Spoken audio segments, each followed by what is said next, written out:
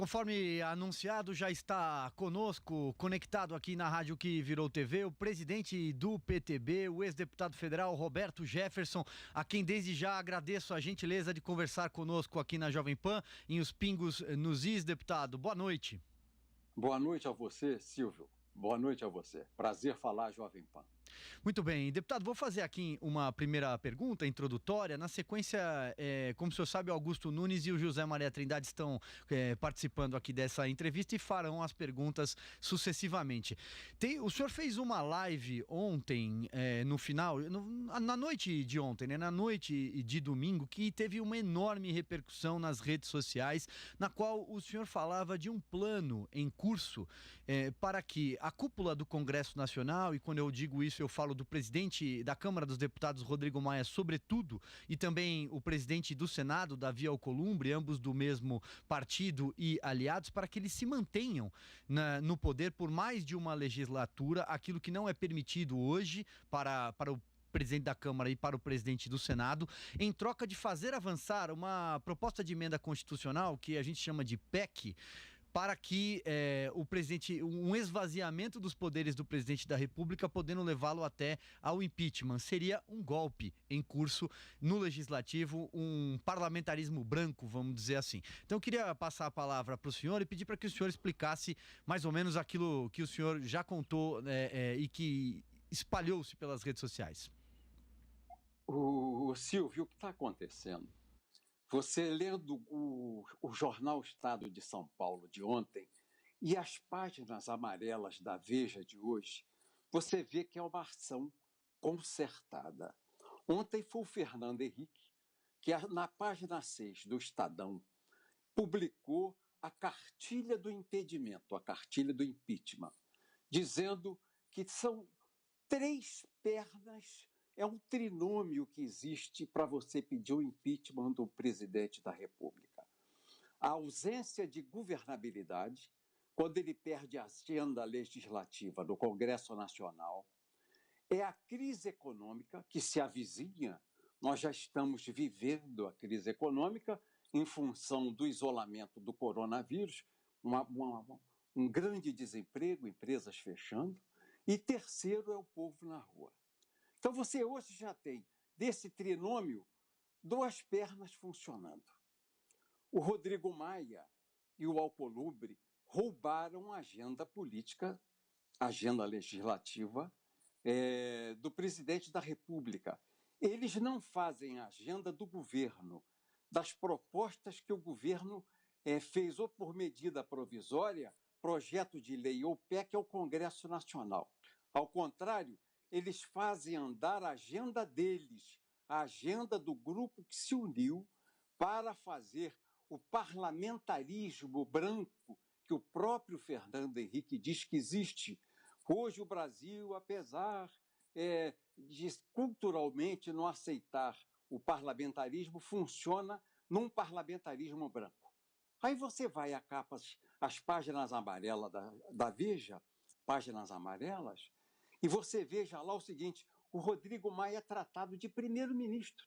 O primeiro-ministro, como vem sendo chamado no Congresso Nacional, Rodrigo Maia, o primeiro-ministro. E ele não repele esse tipo de tratamento. Pelo contrário, ele endossa o tratamento de primeiro-ministro. Quem governa o Brasil é ele. Ele é o chefe de governo e o Bolsonaro é a rainha da Inglaterra.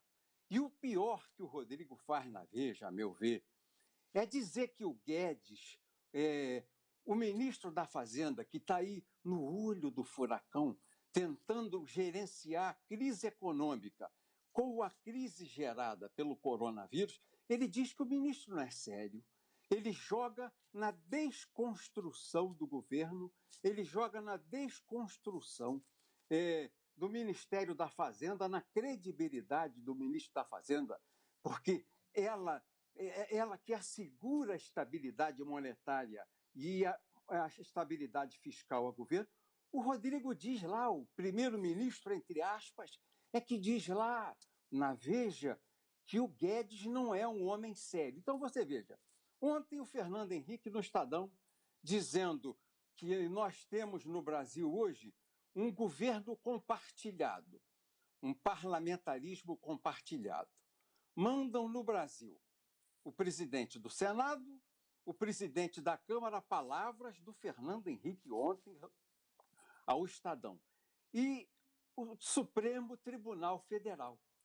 O Fernando Henrique fala assim com uma naturalidade, como se essa usurpação de funções, esse golpe constitucional, esse golpe institucional fosse a coisa mais normal, mais corriqueira do mundo.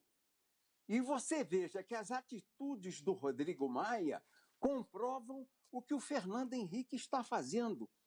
O Rodrigo Maia combinou com a oposição que as MPs que o governo mandou para a Câmara dos Deputados, para que depois tramitasse no Senado da República, ele vai deixar caducar. A MP 910, chamada MP da grilagem, o MP da regularização, o Rodrigo Maia já disse que vai deixar caducar. Não tem importância que seja importante para o governo. É a pauta do Rodrigo Maia com as oposições. A MP 914, que muda a escolha dos reitores das universidades federais, que viraram uma bagunça. As universidades federais hoje são o braço do PT e do PSOL, são a cabeça da serpente onde está sendo gestado esse Estado totalitário, o Estado comunista do Partido Único. No Brasil são as universidades federais. Quando você quer mudar o reitor que é conivente com isso, o Rodrigo Maia assume um compromisso com a esquerda de deixar caducar essa medida provisória. A MP 915, que muda as regras sobre imóveis da União. O Rodrigo Maia assumiu o compromisso com a oposição, com a esquerda, de deixar caducar. A MP 922, das regras de contratação temporária no serviço público, que é fundamental nessa crise, que nós possamos contratar médicos, enfermeiros. A esquerda quer que caduque e o Rodrigo Maia assumiu com a esquerda o compromisso de deixar caducar.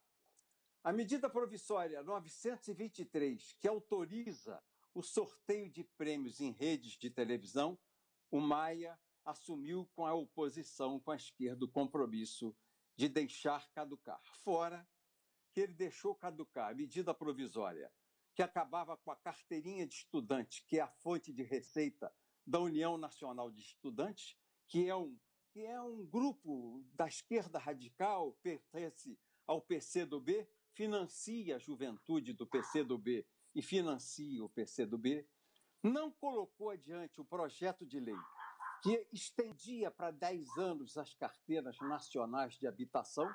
O Rodrigo Maia não deu bola para essa pauta, acha que não é importante. Ele ainda não está convencido do valor disso. E a pauta que ele quer que vote após o impeachment do presidente, porque há uma troca.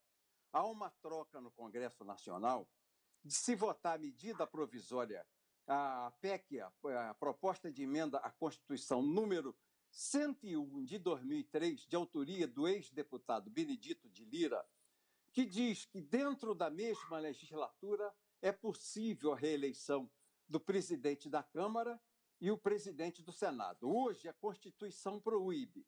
E essa PEC começou a andar agora na gestão do Alcolumbre, em especial do Rodrigo Maia na Câmara dos Deputados. Aí vocês me perguntam, por que, Roberto Jefferson?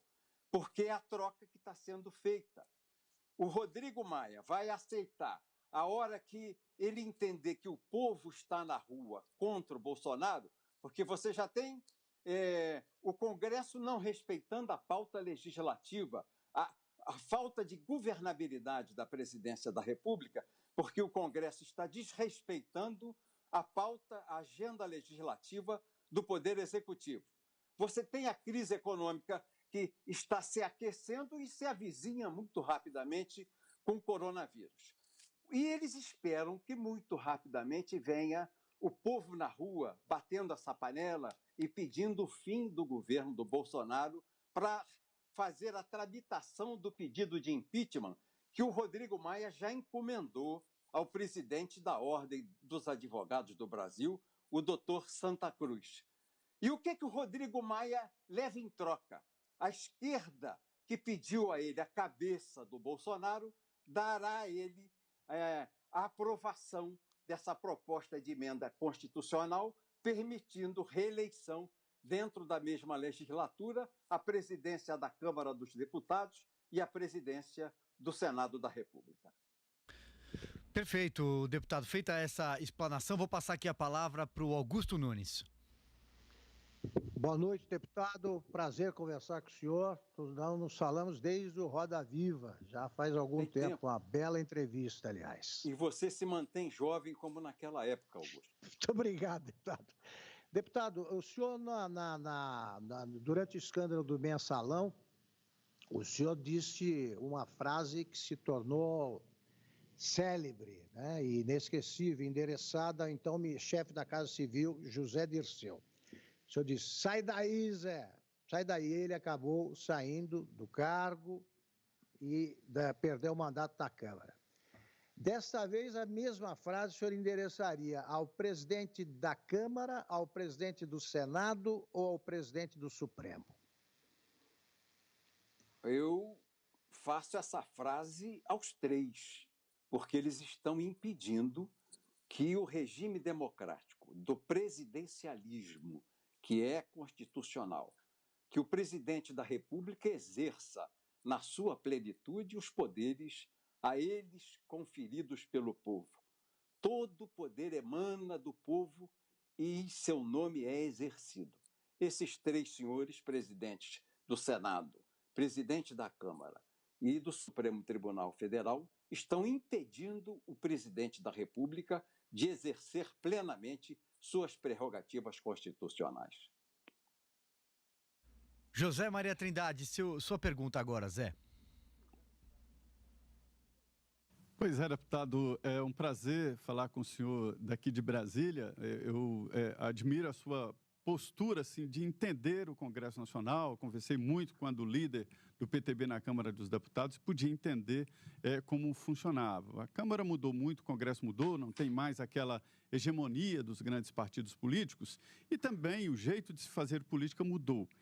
É fato que o presidente da Câmara, com aquela carinha de bobo, chegou onde ninguém nunca imaginou, porque vários tentaram mudar a Constituição e tentaram a reeleição. Ele conseguiu 3 reeleições. Foi eleito, disse que era um mandato tampão, foi reeleito na mesma legislatura, né? E depois, como era legislatura diferente, conseguiu o novo mandato, o 3º mandato. Recentemente, eu tinha certeza de que realmente ele articulava para aprovar a emenda à Constituição e permitir a sua reeleição. Mas depois me convenceram o seguinte, de que ele não tem maioria para aprovar a emenda, ele tem maioria para se reeleger e que ele teria desistido e que o presidente do Senado, Davi Alcolumbre, é que estava grande articulador nessa história. Então, assim, é verdade, é fato que se houver a possibilidade de aprovar a emenda, a reeleição fica garantida. Pronto. Segundo ponto, é fato que o presidente da Câmara, né, tomou a agenda política. Isso é verdade. E tomou também a agenda do debate nacional. Ele se considera o fiador da democracia no Brasil. Nós aqui, deputado, dissemos sempre, nos pingos nos is, de que o presidente da Câmara se dá muito mais importância do que realmente ele tem, essa história de primeiro-ministro e tal. Mas vamos colocar aqui as coisas nos seus devidos lugares, os pingos nos is. Não é culpa também do presidente Jair Bolsonaro, que deixou o Congresso muito solto, não? Aquela votação onde o presidente teve 400 votos contra na ajuda aos estados, para mim, foi definitiva de que havia e há uma falha muito grande na articulação política. Não seria exatamente isso, não? Não é só articulação política, Zé Maria. Você repare bem, se uniram no centro, centro-direita e direita, o DEM e o PSDB. Eles estão unidos. E você tem por trás, dando sustentação a esse movimento, os partidos de esquerda. Quem são as figuras de proa desse processo de desestabilização do presidente Jair Bolsonaro? O Fernando Henrique Cardoso, o Rodrigo Maia, o Alcolumbre, o governador Dória em São Paulo, o Witzel no Rio de Janeiro e o ex-ministro Mandetta com o Caiado, que o apoiava no DEM. Mas a grande responsabilidade dessa montagem foi um erro grave do Onyx Lorenzoni. Ele não podia dar aos pulmões da democracia, que são o Senado e a Câmara dos Deputados, ao mesmo partido para governar o Congresso Nacional. Ele pega um senador do DEM e articula para que ele seja o presidente do Senado.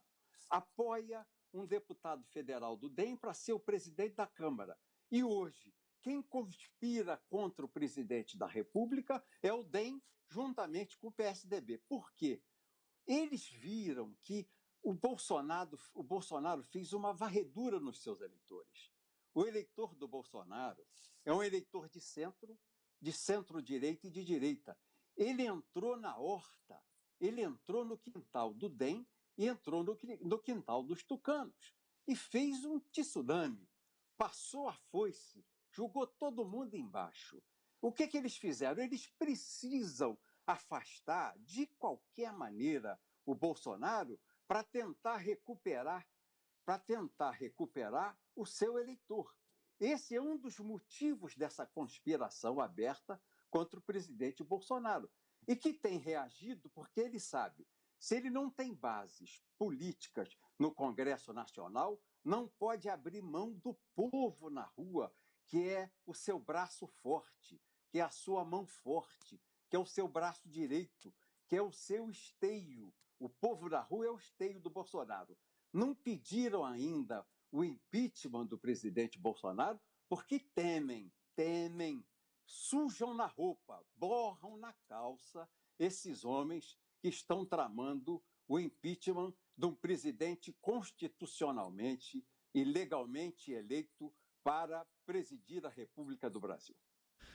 Deputado, deixa eu pegar aqui um trecho, uma expressão que o senhor acabou de utilizar em relação ao Congresso Nacional para fazer o meu questionamento. O senhor já viu praticamente de tudo em Brasília, mais de 2 décadas como parlamentar, salvo engano, 23 para 24 anos. 23 anos, 6 mandatos. Acertei, 23 anos. E o senhor viu todo tipo de falcatrua naquele carpete verde, naquele carpete azul, não à toa o senhor denunciou o mensalão do PT e dos seus satélites, então o senhor sabe muito bem como é que funciona o chamado toma lá da cá dentro do Congresso Nacional.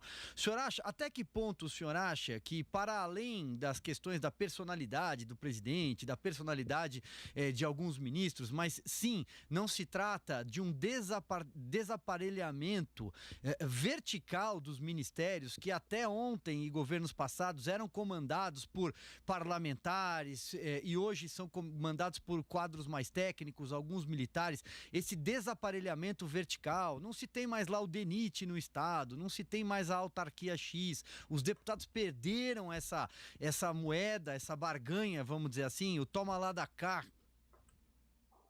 E não é de se estranhar isso, ô Silvio, porque o presidente Bolsonaro, ele ganhou a eleição dizendo justamente isso, que ele não faria o governo de coalizão.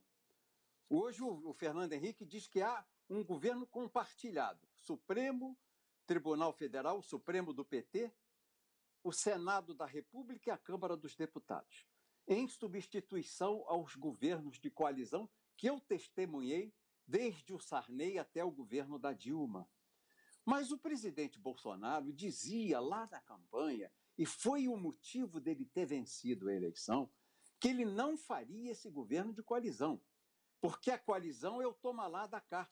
E o toma lá da cá é igual à corrupção.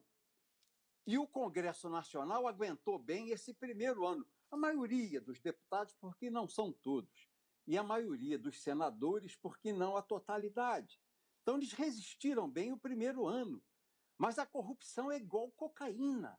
O que está abalando o ânimo de muitos senadores e de muitos deputados é a crise de abstinência. E a crise de abstinência leva à loucura. A gente vê no noticiário que há filhos que matam os pais, que roubam a casa, que estrangulam as avós, que assaltam na rua para comprar droga para cheirar. E a crise de abstinência tem levado a essa conspiração louca de impedir o governo honrado, honesto, do presidente Bolsonaro, para todo mundo voltar a cheirar a verdinha, a cocaína em dólar, que viciou por muitas décadas o poder político no Brasil. Augusto Nunes, volto com você. Deputado, se o senhor estivesse no lugar do presidente Bolsonaro e fosse possível voltar no tempo, que erro que é cometido por ele o senhor não teria cometido? Eu penso que o presidente Bolsonaro tem que superar um grave erro retórico, de oratória. O Augusto, quando eu comecei na advocacia criminal, no Tribunal do Júri do Rio de Janeiro, como estagiário da Defensoria Pública, eu tinha, assim, resultados muito desfavoráveis. Eu estudava o processo, eu era bom no discurso, mas eu não conseguia resultados favoráveis no júri. E uma vez um promotor já falecido, meu irmão Leôncio de Aguiar Vasconcelos, disse assim a mim: "Ô Roberto, você peca pela ironia. Você devia procurar a professora Maria da Glória Boitmiller, no Rio, e trabalhar isso e parar de colocar a ironia, porque a ironia é uma faca de dois gumes. Ela fere o alvo e fere quem atira a faca." Aí eu fui a ela e treinei de parar, e parei com a ironia no meu discurso ou na minha retórica.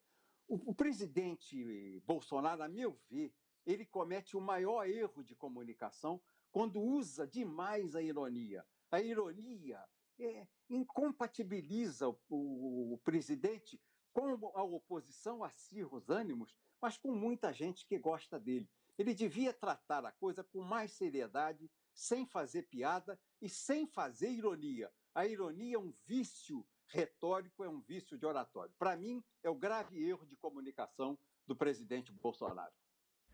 Zé Maria Trindade, agora você. Ô, deputado, voltando exatamente a essa fala do senhor, que deu uma grande repercussão nacional, né, da história de implantar o parlamentarismo, a força, e de uma tentativa de ganhar o poder para o presidente da Câmara. Primeiro, é preciso dizer que existe o Hamilton Mourão. Se houver a cassação do presidente Jair Bolsonaro, Hamilton Mourão assume a presidência. E, para mim, é um dos grandes entraves aí de qualquer tentativa de um impeachment do presidente Jair Bolsonaro, sem contar o apoio que ele tem, o apoio popular, que é evidente, né? E ele não está cometendo nada de errado até agora. Mas eu quero dizer o seguinte, diante desta constatação, e outra coisa constitucional, não se pode colocar o parlamentarismo, o presidente Jair Bolsonaro foi eleito pelo voto direto para ser presidente no regime presidencialista, né?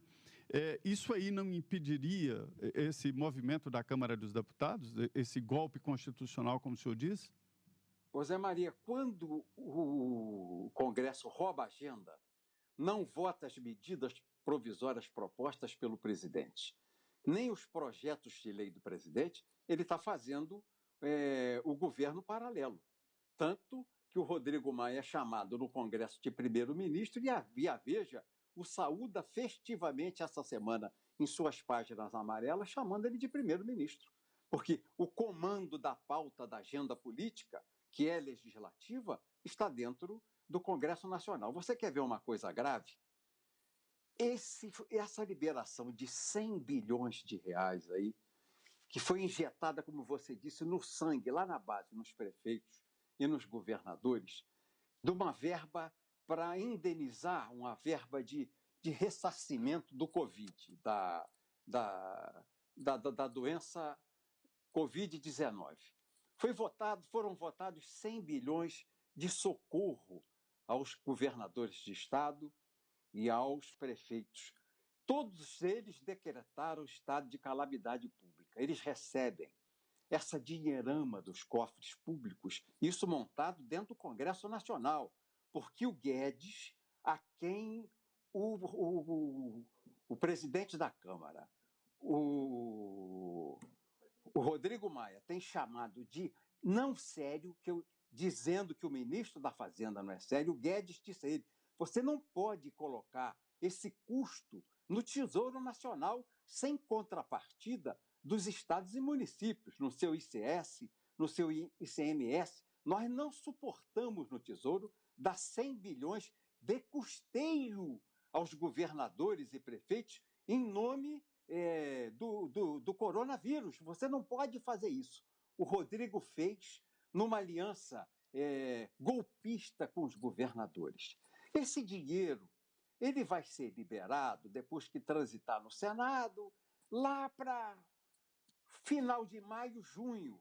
Ele não é um dinheiro para o coronavírus, porque o decreto de calamidade pública isenta o governador, isenta o prefeito de fazer licitação pública. Isso é dinheiro de eleição, isso é fundo eleitoral, isso é para financiar a campanha em Caixa 2 para prefeito que está no governo e governador, apoiando os seus prefeitos escolhidos a voltar ao governo nos seus municípios. Você vai ver, e eu não sou aqui nenhum profeta, não, mas é nítido aos olhos de quem faz política que vai ser um escândalo após a eleição e o Brasil, o Ministério Público, a Polícia Federal, vai ter que investigar um novo escândalo enorme, o Covidão-19, porque a verba vai ser desviada para a eleição, porque toda essa dinheirama é transferida sem fiscalização e sequer sem uma licitação pública. Isso é gravíssimo. E o Rodrigo fez contra o pedido que foi feito a ele do ministro da Fazenda, a quem ele irresponsavelmente chama na entrevista nas páginas amarelas da revista Veja, que eu li hoje, de homem que não é sério, que não merece crédito. Muito grave, é muito grave. Agora, deputado, só para estender um pouco essa sua última fala, que é muito importante, né? Quando o senhor fala até na figura do Covidão, vamos dizer assim. E a gente sabe muito bem o que acontece com o dinheiro público quando chega lá na ponta, lá na ponta dos prefeitos e como é efetuada essa liberação. O que o senhor tem de informação, com base, inclusive, em deputados que o senhor conversa, imagino eu que até diariamente, do seu partido, de outros partidos aliados de longa data, do ponto de vista de uma ação coordenada em relação a esses recursos? Dentro do Congresso Nacional, Rodrigo Maia, ou na figura de alguns líderes, teriam conversado sobre a destinação desses recursos, especificamente? Não com essa conclusão que eu tirei. Não é? Essa conclusão é minha, é nítido que isso vai acontecer. E o exemplo que isso vai acontecer é o governo do estado do Rio de Janeiro. O governador Witzel, que foi eleito na carona do Bolsonaro, porque ninguém sabe quem é Witzel, o capixaba que veio lá do Espírito Santo, de repente deixa a toga, era juiz federal, se candidata no palanque do Bolsonaro, com as bênçãos da monstruosa liderança e prestígio do Bolsonaro. Hoje faz um governo que já está sendo denunciado pela imprensa, não apenas a mídia social, de extremamente corrupto. As licitações que foram abandonadas porque, em função dos decretos de calamidade pública, não tem licitação, as compras de material até para combate, de defesa do profissional de saúde, máscara, equipamento para o profissional de saúde trabalhar, e aparelho de tubo de respiração, você já tem acusações que pagam 3 vezes mais que o preço de mercado. A corrupção campeia. E no meio político aqui do Rio de Janeiro, e eu estou falando aqui do estado do Rio de Janeiro, estou na cidade de Comendador Levi Gasparian, onde resido no interior do estado, os políticos já dizem aqui, e os empresários já falam, que saudade do Sérgio Cabral. Você imagina uma coisa dessa, Zé Maria? Você imagina Silvio? Você imagina isso, Augusto Nunes? Que saudade do Sérgio Cabral. Na época dele, todo mundo sabia quanto era e para quem era. Hoje, morde de mamando a caducando. E as coisas estão num preço que nem Deus acredita. Então, pelo exemplo que nós estamos ouvindo do governo Witzel aqui no Rio de Janeiro, eu posso imaginar o que será a bagunça com esses 100 bilhões de reais colocados sem licitação, sem controle, nas contas daqueles prefeitos que vão à reeleição, hoje, nesse momento do coronavírus, todos decretando estado de calamidade e abrindo mão da licitação. Muito bem, Augusto, vamos lá, próxima pergunta. E decretam estado de calamidade baseados em números sobre coronavírus que eles inflam. Prefeitos, governadores estão fazendo isso. Concordo inteiramente infelizmente, com a sua previsão.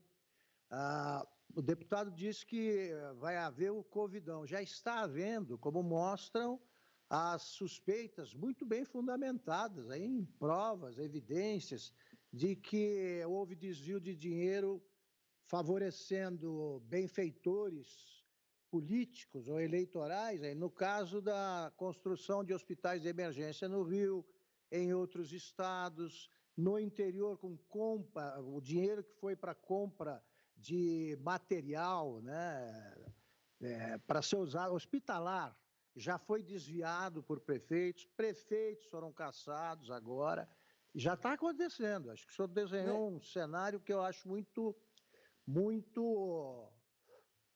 palpável já, é quase palpável. Eu pergunto ao senhor o seguinte, é possível no Brasil adotar essa fórmula aí da obra pública ou de compra pública sem licitação? Não creio, não creio. É a única maneira do Tribunal de Contas da União e do Ministério Público poderem acompanhar a legalidade e a correção da licitação, do processo de compra. Se você abrir mão de licitação, vira bagunça, vira imediatamente bagunça, até na boca de ex-juízes de direito que hoje governam estados, isso vira bagunça. O Ceará também, Augusto Nunes, o hospital que está sendo construído lá no Ceará já tem gravíssimas denúncias de corrupção. O Ceará também já está na pauta das acusações de corrupção com os recursos que seriam aplicados no combate e no tratamento dos enfermos do coronavírus. Muito bem, são 18 horas e 58 minutos, corrigindo, quase 19 horas, horário de Brasília. A gente segue aqui com a entrevista exclusiva com o presidente do PTB, o ex-deputado Roberto Jefferson. Deputado, quem faz a próxima pergunta agora é o José Maria Trindade.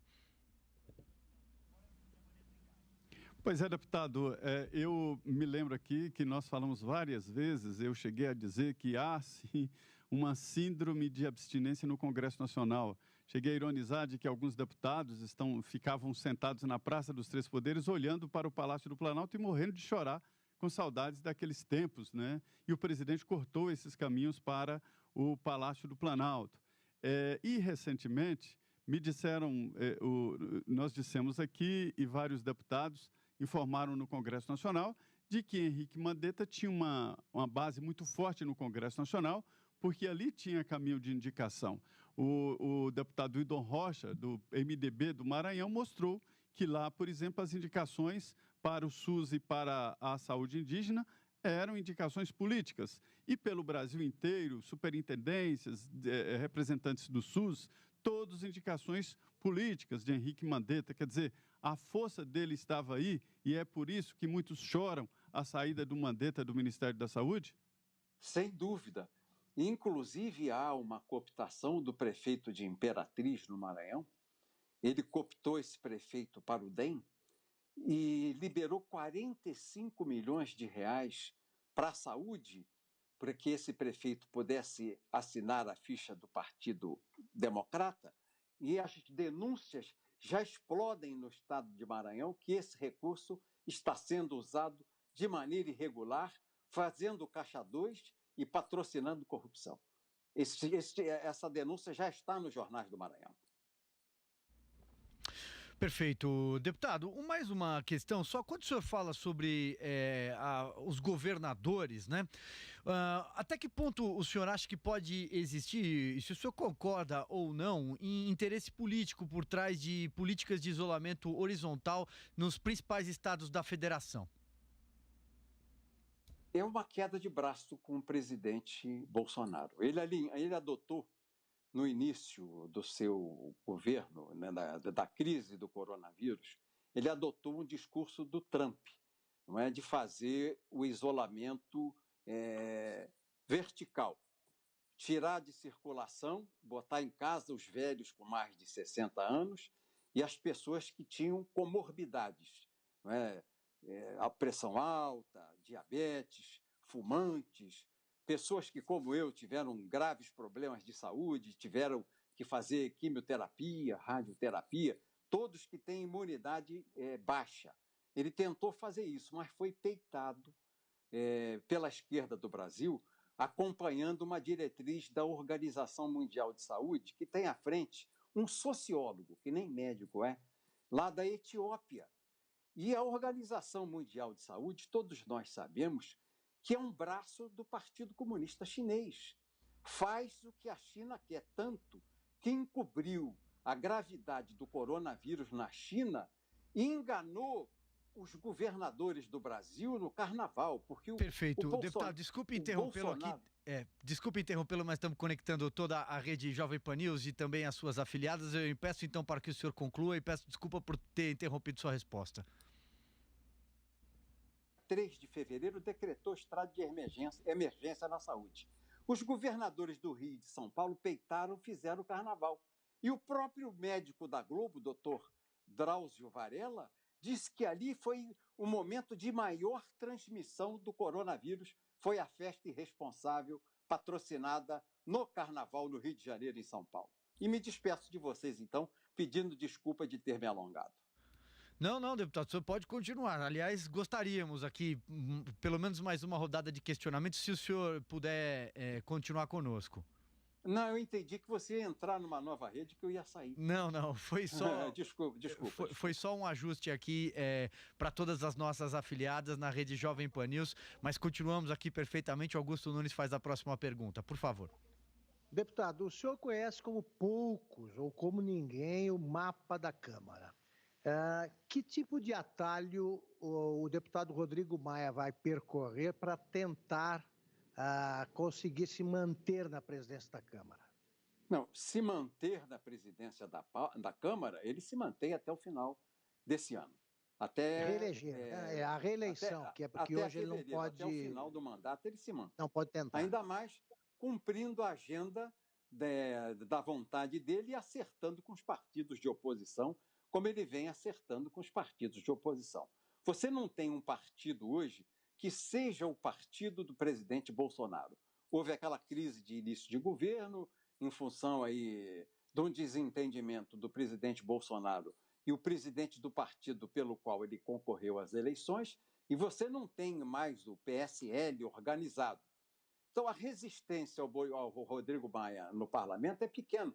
É um pequeno grupo de deputados que fazem resistência a ele. Ele vai levar o mandato dele até o dia 31 de janeiro. 1º de fevereiro ele vai passar a cadeira de presidente do ano que vem, de 2021. Zé Maria Trindade, vai você. Eu vou fazer uma pergunta que a gente ouve muito e, naturalmente, diante agora dessas revelações e de uma forma explícita essas articulações, o presidente Jair Bolsonaro chega no final do governo dele, levando em consideração as articulações hoje, deputado Roberto Jefferson? Eu penso que chega. Você tem um ícone na esquerda, que é o Lula. Por mais que a gente possa divergir, a esquerda sobrevive em seus dogmas, em seus conceitos, no discurso que o Lula faz. E nós, que somos centro, centro-direita e direita, temos no presidente Bolsonaro o alicerce do nosso sentimento, do nosso pensamento, dos nossos ideais. Nós que repelimos o comunismo, esse comunismo capitalista da China, não é? O partido único, a tirania, a destruição da liberdade, a destruição da família como célula máter da construção do Estado. Não é o Estado que constrói a família, é a família que constrói o Estado. E o Estado tem que preservar a família, porque esse é o desiderato de Deus. Quem crê em Deus, quem crê na cultura cristã, quem crê na família, quem crê na liberdade, quem crê na justiça, na esperança, apoia o governo Bolsonaro. Nós cansamos de ver aí a tentativa de novelas e o próprio Ministério de Educação, dominado por homens adeptos do comunismo, do gramscismo, dessa nova ordem mundial, e do PT, do PSOL, levarem cartilhas para erotizar os nossos pequeninos na escola, numa tentativa de demolir a autoridade do pai. A tentativa que houve nas novelas da Globo de apassivar os homens, de virilizar as mulheres, de transformar o Brasil numa grande Sodoma e Gomorra, e nós todos nos unimos em fé, em credos e convicções que recebemos de nossos antepassados para repelir essas tentativas de destruir a herança cultural judaico-cristã que todos nós recebemos de nossos pais, de nossos avós, de nossos bisavós, dos fundadores da pátria do Brasil. Então, esses homens que vinham tentando apassivar a reação masculina e apassivar a reação do povo, controlar os frágeis, perderam a eleição. E o símbolo, quem sintetizou, quem encarnou, quem vestiu essa armadura e essa bandeira, quem empunhou essa bandeira, quem empunhou esse estandarte foi o presidente Bolsonaro. Foi até esfaqueado em praça pública aqui do lado, na cidade vizinha de Juiz de Fora. E nós precisamos que ele permaneça vivo, para que vivos permaneçam os nossos sonhos, vivos permaneçam os nossos ideais, permaneçam os nossos legados recebidos de nossos pais, de nossos avós, de nossos bisavós, de nossos antepassados.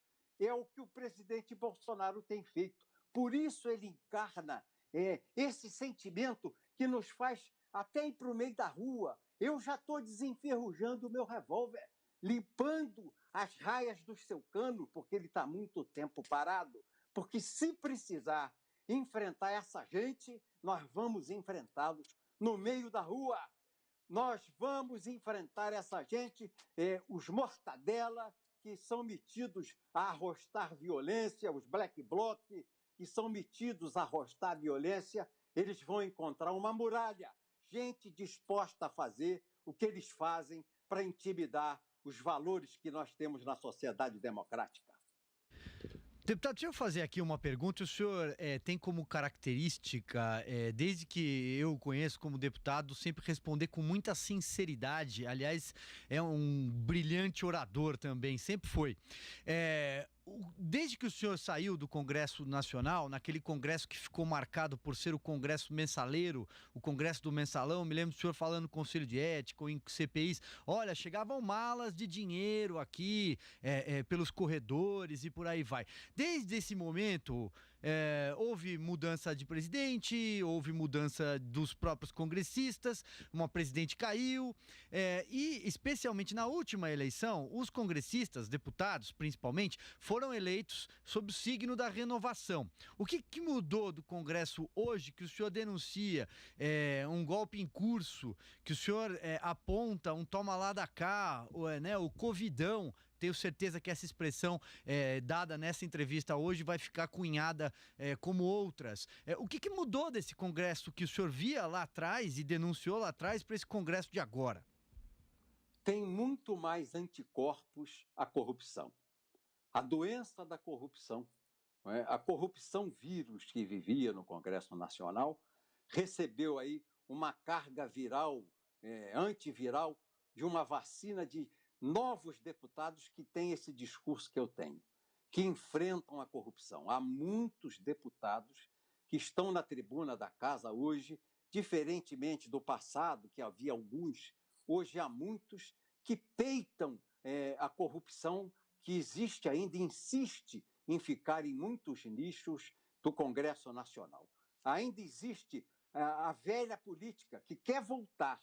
Quando você ouve dizer que querem o impeachment do presidente Bolsonaro, é a velha política, é o toma lá da cá querendo se impor a esses jovens deputados ou a esses jovens valores de parlamentares, de parlamentares no Senado e na Câmara, deputados e deputadas, senadores e senadoras, que venceram as eleições para justamente ajudar o presidente Bolsonaro a limpar do Congresso Nacional esse vírus que contaminava a República Brasileira, que é o vírus da corrupção. Hoje é muito melhor do que no nosso tempo e na nossa época.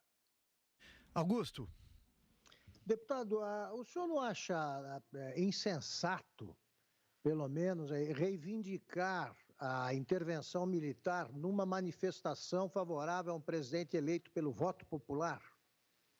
Que é insensato, mas o presidente não fez isso. O presidente não falou em Não foi o AI-5. presidente, os seus manifestantes. Né? Sim, eu não posso calar um manifestante, mas o presidente não fez isso. Até errou. Eu ontem não gostei do Bolsonaro. Não gostei. De camisa vermelha, Bolsonaro. Achei aquilo horrível. Eu não tenho uma camisa vermelha, uma. Não tenho. Quando eu ganho uma camisa vermelha, eu reciclo e dou de presente. Tenho horror até da cor. Não tenho camisa vermelha. E o Bolsonaro foi de camisa vermelha, símbolo dos comunistas, dos pissolistas, dos petistas, ouviu esse grito da rua, mas não avalizou. Ele não assinou embaixo. Ele não disse que concordava com essa manifestação pública. Zé Maria Trindade, vamos lá.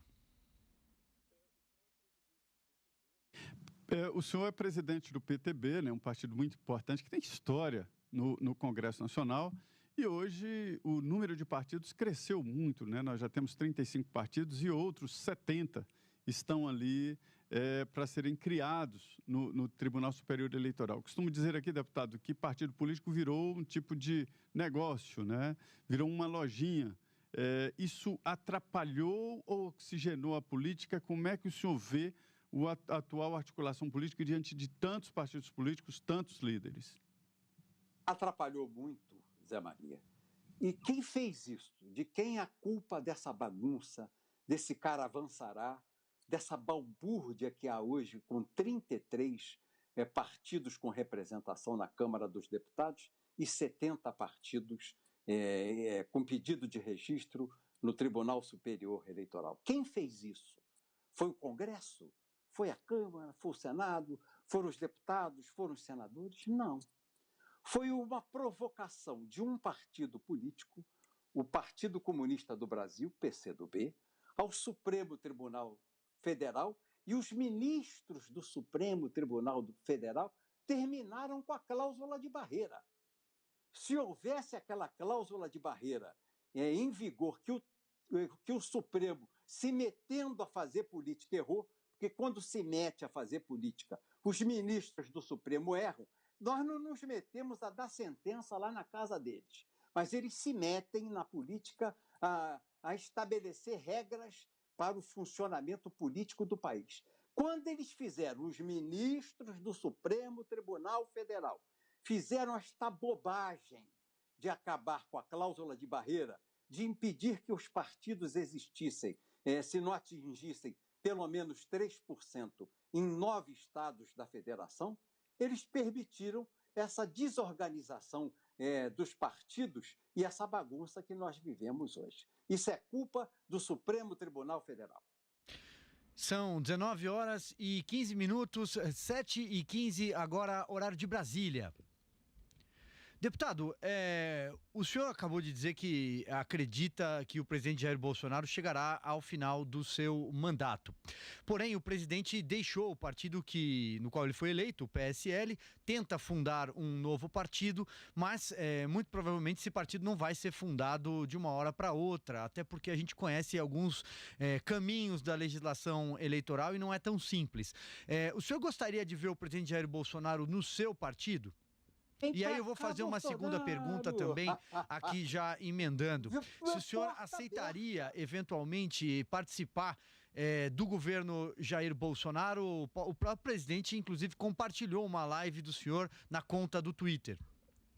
Eu não quero participar de governo, mas o PTB está aberto ao presidente Bolsonaro e ao seu grupo de deputados, senadores, governadores e prefeitos. O PTB está aberto ao presidente Bolsonaro. Se ele quiser vir, ele que já foi do PTB, ele foi meu liderado à época que eu era o líder da bancada do PTB na Câmara dos Deputados. Se o presidente Bolsonaro quiser voltar, que seja bem-vindo. Perfeito. E a minha segunda pergunta, se o senhor participaria eventualmente de um governo dele? O partido participaria com os deputados lá na Câmara dos Deputados, dando sustentação a ele. Participar do governo só em cima de uma plataforma escrita, de objetivos claros, de compromissos políticos publicáveis. Você tem que sentar com transmissão da imprensa ao vivo e discutir compromissos publicáveis. Toma lá da cá, coalizão, em hipótese alguma, eu queria que o meu partido pudesse participar dessa forma. Diga lá, José Maria Trindade.